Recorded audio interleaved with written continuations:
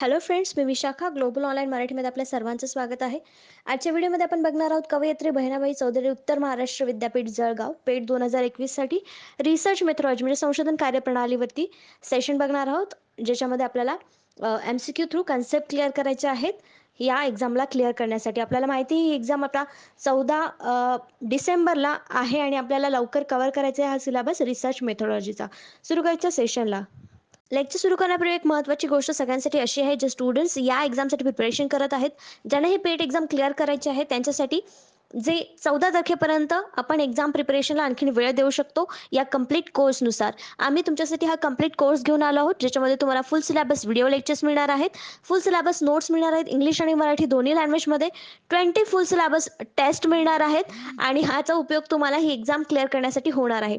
कारण या नोट्स आणि या टेस्ट तुम्ही एक्झामपर्यंत प्रॅक्टिस इतकं करू शकता की एक्झामला सहजपणे क्लिअर करू शकता. म्हणून लवकरात लवकर हा कोर्स जॉईन करा. हा कोर्स जॉईन करण्यासाठी फक्त दिलेल्या व्हॉट्सअप नंबरवरती मेसेज करायचा आहे. त्याची फीस फक्त ₹499 आहे. लवकरात लवकर कोर्स जॉईन करा. सुरू करूयाच्या प्रश्नांना. पहिला प्रश्न आहे, which of the following is true about sampling? खालीलपैकी कोणते नमुनाबद्दल खरे आहे?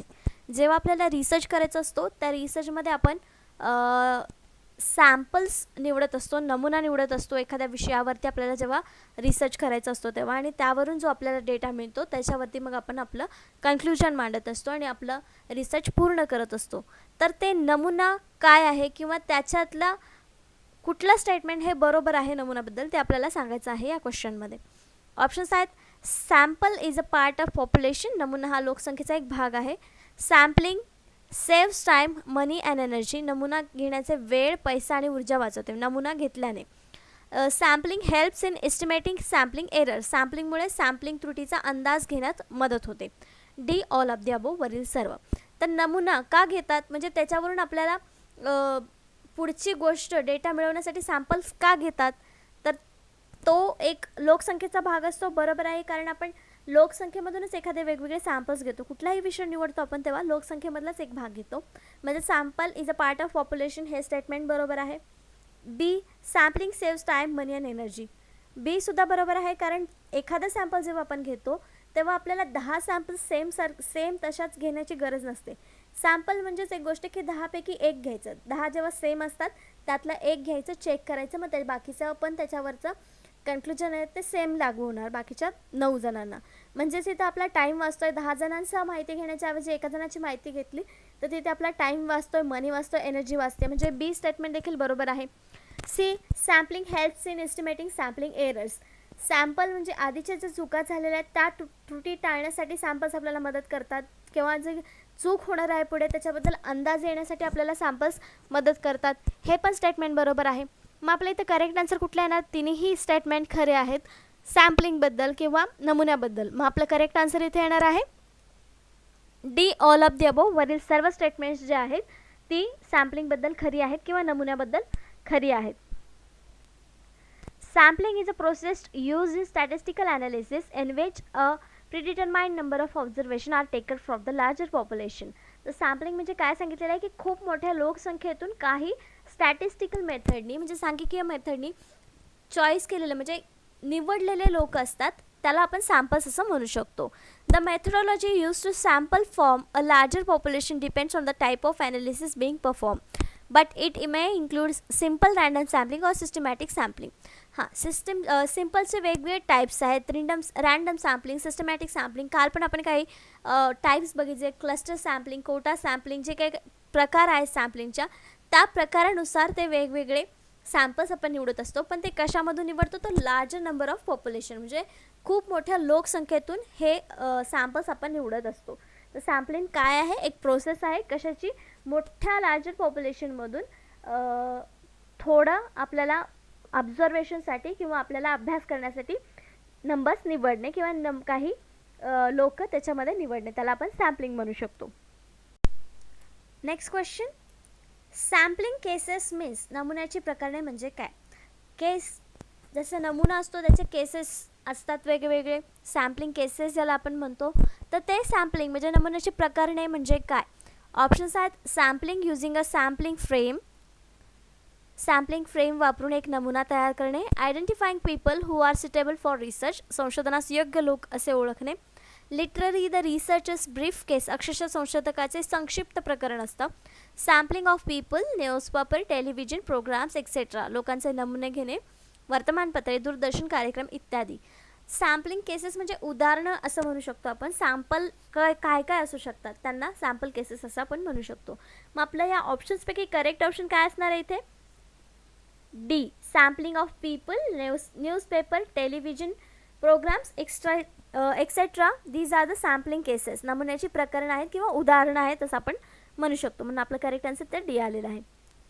Sampling in case study research involves decision that the researchers make regarding sampling strategies, the number of case studies, and the definition of unit of analysis. It is central theory of building. तर sampling cases काय study करायला सांगतं आपल्याला की samples कसे कसे घेतले पाहिजेत, त्यात स्ट्रॅटेजी कुठल्या असल्या पाहिजेत, किंवा एखादी केस स्टडी केल्यानंतर त्याच्यावरती दुसरे सॅम्पल्स कसे निवडले पाहिजेत याबद्दल माहिती मिळण्यासाठी हे सॅम्पल केस आपण घेत असतो. याच्यामध्ये नंबर्स आपण ठरवू शकतो की केसेस किती घेऊ शकतो, केस स्टडी ज्याला म्हणतो आपण त्या स्टडी किती घेऊ शकतो हे नंबर्स आपण ठरवू शकतो. त्याचं ॲनालिसिस केल्यानंतर मग आपल्याला एखादी थेअरी बिल्ड करायला सोपं जातं. Next question. The aggregate of all the units pertaining to the study is called. अभ्यासाशी संबंधित सर्व युनिट्सचे एकत्रीकरण म्हणजे काय? Aggregate all the units pertaining to the study is called. आपण आता जे प्रश्न बघितले तिन्ही, तिसरा प्रश्न देखील हा सॅम्पल्सशीच रिलेटेड आहे. त्यांनी असं विचारलं आहे की अभ्यासाशी संबंधित सर्व युनिट्सचं एकत्रीकरण. इथे युनिट या अर्थाने वापरले की सॅम्पल्सचं एकत्रीकरणाला आपण काय म्हणतो? सॅम्पल्स माहिती आपण लोकांमधलेच घेत असतो. मग त्या युनिट्सला एकत्रितकरण म्हणजे एकत्रितपणे काय म्हणू शकतो? ऑप्शन्स आहेत population, universe, unit, sample, frame. तरी ऑलरेडी आपल्या प्रश्नामध्ये युनिट आहे, मग त्यामुळे युनिट आपलं करेक्ट आन्सर असणार नाही. सॅम्पल्स त्याला म्हणता येईल का? नाही, ते सगळं एकत्रित नसतं. सॅम्पल्स आपण चॉईस केलेले असतात किंवा त्याचे वेगवेगळे प्रकार पडलेले असतात. फ्रेम येईल का? नाही. मग आपलं करेक्ट आन्सर इथे काय असणार आहे? पॉप्युलेशन ऑर युनिवर्स, कारण ते सगळेच सॅम्पल्स त्याच्यामध्ये एकत्रित आहेत, सगळे युनिट्स त्याच्यामध्ये एकत्र आहेत, म्हणून ते एक पॉप्युलेशन ऑर युनिवर्स आहेत. पॉप्युलेशन म्हणजे काय? The aggregate of all units pertaining to the study असं देखील आपण म्हणू शकतो. रिलेटेड टू सॅम्पलिंग, म्हणून याचं करेक्ट आन्सर आपला ए आलेला आहे. सॅम्पलिंगचे काही पॉईंट्स आहेत ते आपण बघूयात. The aggregate of all the units pertaining to the study is called a population or universe. जे आता आपण बघितलं स्टेटमेंट की जे ॲग्रिगेट्स युनिट्स एकत्रितपणे काम करतात त्यांना आपण काय म्हणतो? पॉप्युलेशन किंवा युनिवर्स म्हणतो. A member of a population is an element. जे पॉप्युलेशनचे मेंबर असतात त्याला आपण इलिमेंट म्हणतो किंवा युनिट म्हणू शकतो. एलिमेंट ऑफ स्टडी असं म्हणू शकतो, म्हणजेच इलिमेंट हा शब्द देखील त्याला म्हणू शकतो. अ part of a population is called samples. तर हे जे वेगवेगळे आपल्याला ऑप्शन्समध्ये आले होते की युनिट काय आहे, इलिमेंट काय आहे, सॅम्पल काय आहे, पॉप्युलेशन आणि युनिवर्स काय आहे, तर त्याची ही स्टेटमेंट आपल्याला आन्सर्स देत आहेत.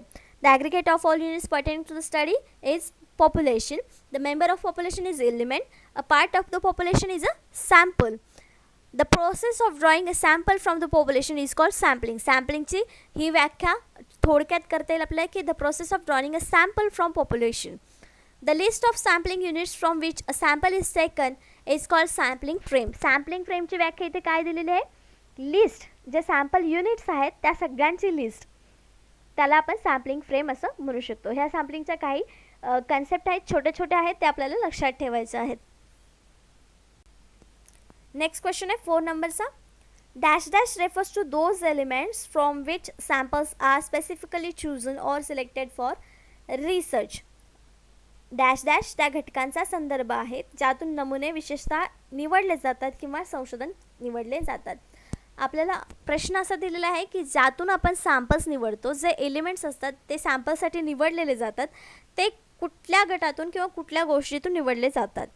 आपल्याला ऑप्शन्स दिलेले आहेत finite populations, target population, infinite population, sampling population. तर याचं करेक्ट आन्सर आहे बी, टार्गेट पॉप्युलेशन म्हणजे लक्ष्य लोकसंख्या.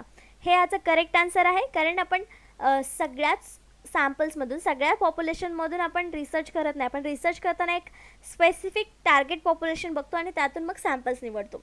समजा आपला विषय आहे की सरकारी नोकरी करणारे लोक, तर त्यातून आपलं टार्गेट पॉप्युलेशन काय असणार आहे, तर जे गव्हर्मेंट सर्व्हिस करत आहेत, सरकारी नोकरी करत आहेत, हे आपलं टार्गेट पॉप्युलेशन असणार. लोकसंख्या असणार आहे. तर फायनाईट आणि सॅम्पलिंग पॉप्युलेशनमधून आपण सॅम्पल्स निवडायला जाणार नाही, ते आपल्याला खूप कठीण होईल. मग आपण कशातून निवडणार आहोत, ते टार्गेट पॉप्युलेशनमध्ये लक्ष्य लोकसंख्येमधून ते आपण निवडणार आहोत. म्हणजे आपलं करेक्ट ऑप्शन बी आलेलं आहे. The target population is the group of individuals that the intervention intends to conduct research in and draw conclusions from. In cost effectiveness analysis, characteristics of target population and any subgroups should be described clearly. मग target population काय जे मी सांगितलं तेच तिथे सांगितलेलं आहे की जो आपण विषय निवडलेला आहे ते आपल्याला कन्क्लुजन त्याच्यावरती मिळण्यासाठी त्या विषयाशी रिलेटेड जे लोक आहेत त्याला आपण टार्गेट पॉप्युलेशन असं म्हणू शकतो. Example of target population are companies' customer base, the population of particular country, the student at a particular university or a tenant of housing association.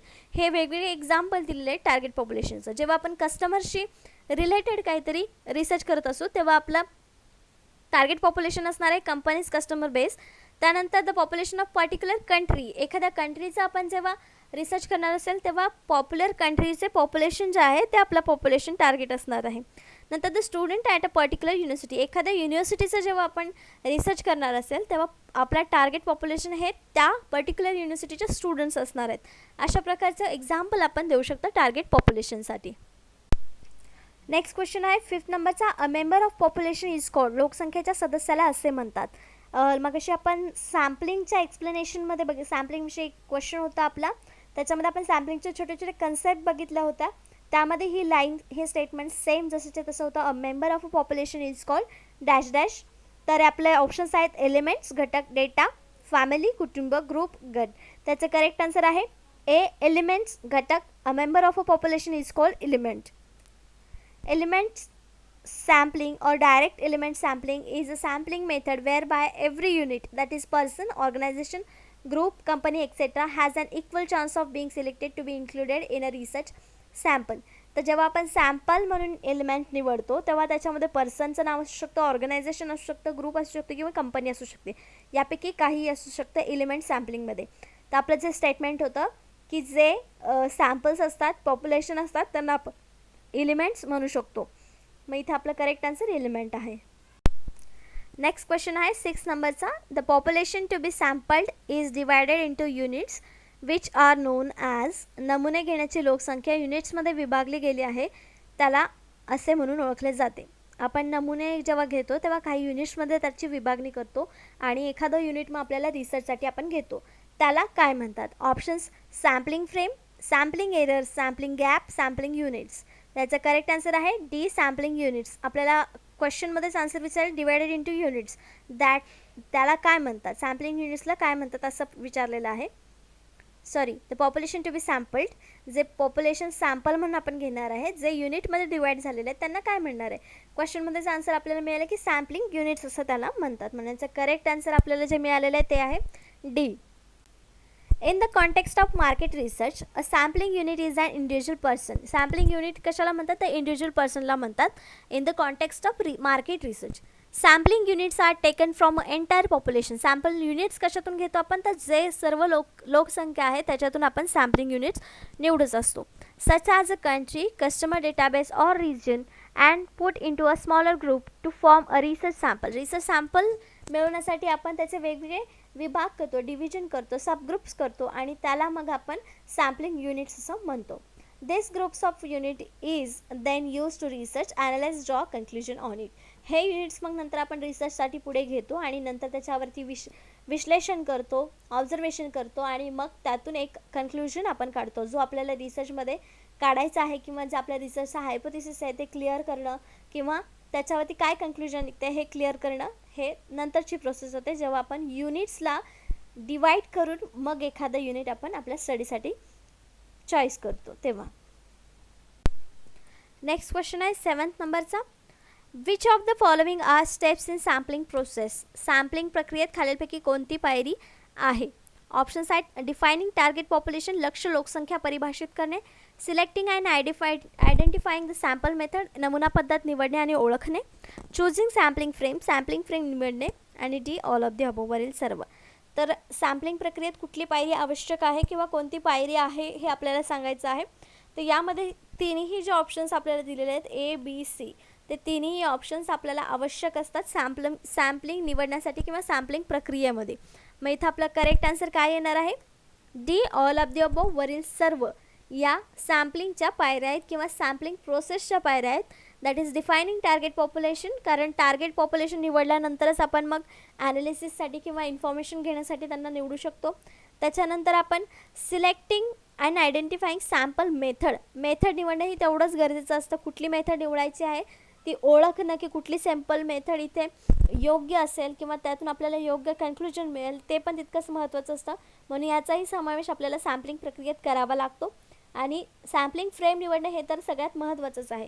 त्यामुळे ह्या तिन्ही ज्या स्टेटमेंट्स आहेत किंवा तिन्ही ज्या पायऱ्या आहेत त्या आवश्यक आहेत सॅम्पलिंग प्रक्रियेमध्ये. आपण बघूया स्टेप्स इन सॅम्पलिंग प्रोसेस, म्हणजे सॅम्पलिंग प्रोसेसच्या काय स्टेप आहेत, पायऱ्या आहेत ते थोडक्यात बघूया. डिफायनिंग द टार्गेट पॉप्युलेशन, सर्वात पहिले आपल्याला टार्गेट पॉप्युलेशन ठरवायचं आहे. आपला जो विषय आहे त्या विषयाला अनुसरून किंवा आपल्या विषयाशी सुसंगत असं पॉप्युलेशन आपल्याला निवडायचं आहे. जसं की आपण एक विषय निवडला आहे की आर्ट्स या फॅकल्टीमध्ये स्टडी करणारे स्टुडंट्स, तेव्हा मग आपण कुठले टार्गेट पॉप्युलेशन करतो? तर जे स्टुडंट्स आर्ट विषय घेऊन अभ्यास करत आहेत किंवा त्यांची डिग्री करत आहेत, तर ते आपलं टार्गेट पॉप्युलेशन असणार. नंतर स्पेसिफाईंग द सॅम्पलिंग फ्रेम, मग सॅम्पलिंग फ्रेम निवडावी लागेल की आपल्याला कोणत्या फ्रेममध्ये पॉप्युलेशनचं निवड करायची आहे.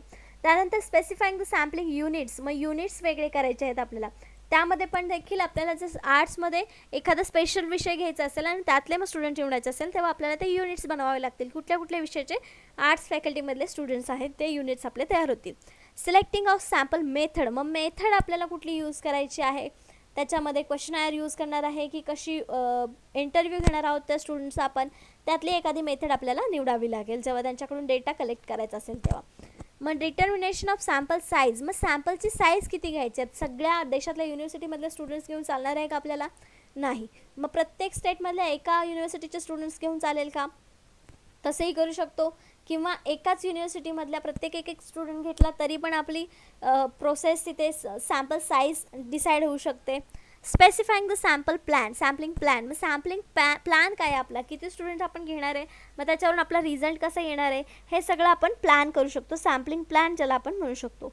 सिलेक्टिंग द सॅम्पल, आणि हे सगळं झाल्यानंतर मग आपले सॅम्पल्स हे सिलेक्ट होणार आहेत. या सगळ्या प्रोसेसमधून गेल्यानंतर लास्टला मग सॅम्पल सिलेक्ट केले जातात. जे आपल्याला आवश्यक आहेत प्रत्येक सॅम्पलमध्ये आपल्या रिसर्चसाठी, ते आपण सॅम्पल म्हणून निवडतो. मग इथे आपली सॅम्पल घेण्याची किंवा सॅम्पल निवडण्याची प्रोसेस कंप्लीट होते.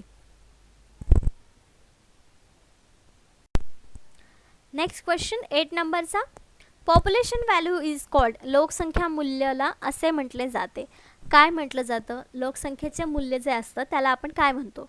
ऑप्शन्स आहेत पॅरामीटर, स्टॅटिस्टिक्स, व्हेरिएबल्स आणि डेटा. तर आपलं करेक्ट आन्सर इथे असणार आहे पॅरामीटर्स. पॅरामीटर्स हा एक वर्ड आहे जो कशाला बोललं जातं? पॉप्युलेशनची जी काय व्हॅल्यू आहे त्याला पॅरामीटर म्हटलं जातं. त्याच्यामध्ये पॉप्युलेशन व्हॅल्यू मोजली जाते असं आपण म्हणू शकतो. तर पॅरामीटर म्हणजे काय आपण बघूया. A parameter is a numerical quantity or attribute of population that is estimated using data collected from the population. तर हा न्यूमेरिकल क्वांटिटी असणारा म्हणजे सांख्यिकीय मोजमाप असलेला एक गोष्ट आहे जे आपण डेटा कलेक्ट करतो लोकसंख्येमधून, त्याच्यासाठी हे वापरलं जातं parameter word. Parameter are to populations as a statistics are the samples, म्हणजे पॅरामीटर हे लोकसंख्येमध्ये जे स्टॅटिस्टिक्स सॅम्पल आपण गोळा करणार आहोत त्याच्यासाठी वापरले जातात. Parameters may also refers to the specific aspects of sampling distribution. याच्यामध्ये कशासाठी वापरलं जातं पॅरामीटर? की सॅम्पलिंगचं डिस्ट्रीब्युशन करण्यासाठी, किंवा जर टेस्ट आपण घेतो, स्टॅटिस्टिक्स टेस्ट म्हणतो आपण, Z test, F test, T test, या सगळ्या ज्या टेस्ट आहेत त्याच्यासाठी रेफरन्स देण्यासाठी किंवा त्या डिस्ट्रीब्युशन करण्यासाठी हे पॅरामीटर्स आपण वापरतो. For example, when estimating the mean weight loss for subscribers of a particular weight loss plan, जे पर्टिक्युलर वेट लॉस प्लॅन वापरत आहेत त्यांनी सबस्क्राईब केलेलं आहे त्या प्लॅनसाठी, त्या कॅटेगरीतले सगळे लोक, त्याला आपण पॅरामीटर म्हणू शकतो. म्हणजे आपण जनरली वापरतो वर्ड की हां, या पॅरामीटरमध्ये बसणारे स्टुडंट्स या एक्झामला बसू शकतात. हे पॅरामीटर वर्ड आपण इथे असं वापरू शकतो. The most straightforward point estimate is the sample mean. Sample mean काढण्यासाठी आपण पॅरामीटर हा वर्ड वापरतो असे इथे आपण म्हणू शकतो. नेक्स्ट क्वेश्चन आहे 9 नंबरचा, सॅम्पल व्हॅल्यू इज कॉल्ड, नमुना मूल्य याला असे म्हटले जाते. काय म्हटलं जातं? पॉप्युलेशन व्हॅल्यूला आपण पॅरामीटर म्हणतो. मग इथे सॅम्पल व्हॅल्यू विचारलेले आहे. ऑप्शन्स आहेत पॅरामीटर, स्टॅटिस्टिक, आकडेवारी, व्हेरिएबल, चल, डेटा. तर आपल्या ऑप्शन्समध्ये इथे करेक्ट आन्सर आपल्याला लगेच सापडेल. जेव्हा पॉप्युलेशनच्या व्हॅल्यूला पॅरामीटर्स म्हणतात, तर सॅम्पलच्या व्हॅल्यूला आपण काय म्हणणार? स्टॅटिस्टिक. एकच वर्ड आहे जो सॅम्पल्सची व्हॅल्यू सांगू शकतो आपल्याला, म्हणून आपल्या इथं करेक्ट वर्ड आहे, करेक्ट ऑप्शन आहे स्टॅटिस्टिक्स, आकडेवारी. सॅम्पल व्हॅल्यूला आपण स्टॅटिस्टिक असं म्हणतो. A sample value is the value of statistic calculating using the values of sample. सॅम्पलच्या व्हॅल्यू कशा मोजल्या जातात? तर स्टॅटिस्टिक जे काय आहे आपले नंबर्स आहेत त्याला कॅल्क्युलेट केलं जातं, त्याची व्हॅल्यू जे निघेल ते सॅम्पलची सॅम्पल व्हॅल्यू आहे असं आपण म्हणू शकतो. A population value also called parameter. जसं आता लास्ट आपण क्वेश्चनमध्ये बघितलं की पॉप्युलेशनची व्हॅल्यू जी आहे त्याला पॅरामीटर म्हणतात. Is calculating using all the values of the entire population. सगळ्या पॉप्युलेशनच्या व्हॅल्यूज कॅल्क्युलेट करून आपण सॅम्पल व्हॅल्यूज काढत असतो. म्हणजे आपलं करेक्ट ऑप्शन काय आलं होतं? सॅम्पल व्हॅल्यूला काय म्हणतो आपण? स्टॅटिस्टिक्स. नेक्स्ट क्वेश्चन आहे 10 नंबरचा. A complete survey of population is called. लोकसंख्येचं संपूर्ण सर्वेक्षण असे म्हणतात. कशाला म्हणतात? ऑप्शन्स आहेत सेन्सस, जनगणना, सॅम्पल म्हणजे नमुना, रिपोर्ट म्हणजे अहवाल, D none of the above, वरीलपैकी कोणतेही नाही. आपण आपल्या स्कूल लेवलच्या एज्युकेशनमध्ये देखील संपलेलं आहे की पॉप्युलेशनचा दर 10 वर्षांनी सर्वे होत असतो, ज्याला आपण सेन्सस म्हणून ओळखतो, म्हणजे जनगणना ज्याला म्हणतो. दर 10 वर्षांनी ही जनगणना होत असते.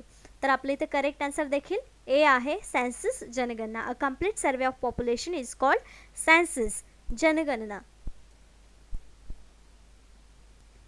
Census includes the total process of collecting, compiling, analyzing, evaluating, publishing and disseminating statistical data regarding the population and housing and their geographical location. तर सेन्सस म्हणजे काय दिलेलं आहे की सगळंच लोकसंख्येविषयी माहिती गोळा करणं, ते जमा करणं, मग त्याचं विश्लेषण करणं, त्याला मूल्यांकन करणं, त्याला पब्लिश करणं, त्याच्यानंतर त्याचा स्टॅटिस्टिकल डेटा काय आहे, त्याच्यामध्ये वेगवेगळ्या गोष्टी म्हणजे ते राहणं त्यांचं कुठं आहे, त्यांच्या हाऊसिंगबद्दल माहिती, त्यांचं जॉग्राफिकल लोकेशन, ही सगळी माहिती सेन्ससमध्ये इन्क्लूड केलेली असते. दर 10 वर्षांनी ही माहिती अपडेट होत असते आणि त्यावरूनच आपल्याला प्रत्येक म्हणजे देशामध्ये देशाची लोकसंख्या आज किती आहे, यावर्षी किती आहे, हे आपल्याला लक्षात येत असतं. Population characteristics include demographic, social and economic data are provided as of particular date reference period. तर इथे काय दिलेलं आहे आपल्याला की पॉप्युलेशनचे कॅरेक्टरिस्टिक्स जे आहेत त्याच्यामध्ये असतात सेन्ससमध्ये सोशल, इकॉनॉमिक, डेमोग्राफिक म्हणजे लोकसंख्येविषयी, सामाजिक किंवा आर्थिक माहिती देखील या सेन्ससमध्ये आपल्याला मिळालेली असते. म्हणजे किती लोक बेरोजगार आहेत, किती लोकांना रोजगार नाही आहे, त्याच्यानंतर किती लोकांना रोजगार मिळतोय पण भूकमार होते किंवा जीवन जगण्यासाठी त्यांच्याकडे आवश्यक पैसे नाही आहे, ही सगळा डेटा जो इन्फॉर्मेशन जे आहे ते आपल्याला सेन्ससमधून मिळते किंवा सेन्ससवरती रिसर्च केल्यानंतर आपल्याला प्राप्त होत असते. पण पर्टिक्युलर डेटमध्ये, पर्टिक्युलर पिरियडमध्ये, रेफरन्स पिरियडमध्ये. का? कारण तो दर 10 वर्षांनी होते, म्हणजे 10 वर्षाच्या पिरियडसाठी ती माहिती व्हॅलिड असते. त्यानंतर ती माहिती अपडेट होते दर 10 वर्षांनी आणि त्याच्यातून मग आपल्याला पुढच्या नेक्स्ट अपडेटेड माहिती पुढच्या 10 वर्षांनीच मिळते. त्याला आपण जनगणना किंवा सेन्सस असं म्हणतो. तर अशा प्रकारचे आजचे 10 प्रश्न आणि 10 कन्सेप्ट आपल्या इथे संपलेले आहेत. आजच्या व्हिडिओमध्ये किंवा आजच्या सेशनमध्ये आपण सॅम्पलिंग या टॉपिकवरचे क्वेश्चन्स बघितलेले आहेत 10 आणि त्या 10 क्वेश्चन्सवरचे 10 कन्सेप्ट सॅम्पलशीच रिलेटेड होत्या. नेक्स्ट लेक्चरमध्ये आपल्याला रिसर्च मेथॉडॉलॉजीच्या काही डेफिनेशन्स, त्याचे कॅरेक्टरिस्टिक्स बघायचे आहेत, ते एक्सप्लेन करायचे आहेत. त्यानंतर आणखीन काही टॉपिक होतील नेक्स्ट लेक्चरमध्ये. आजच्या लेक्चरसाठी धन्यवाद. थँक्यू.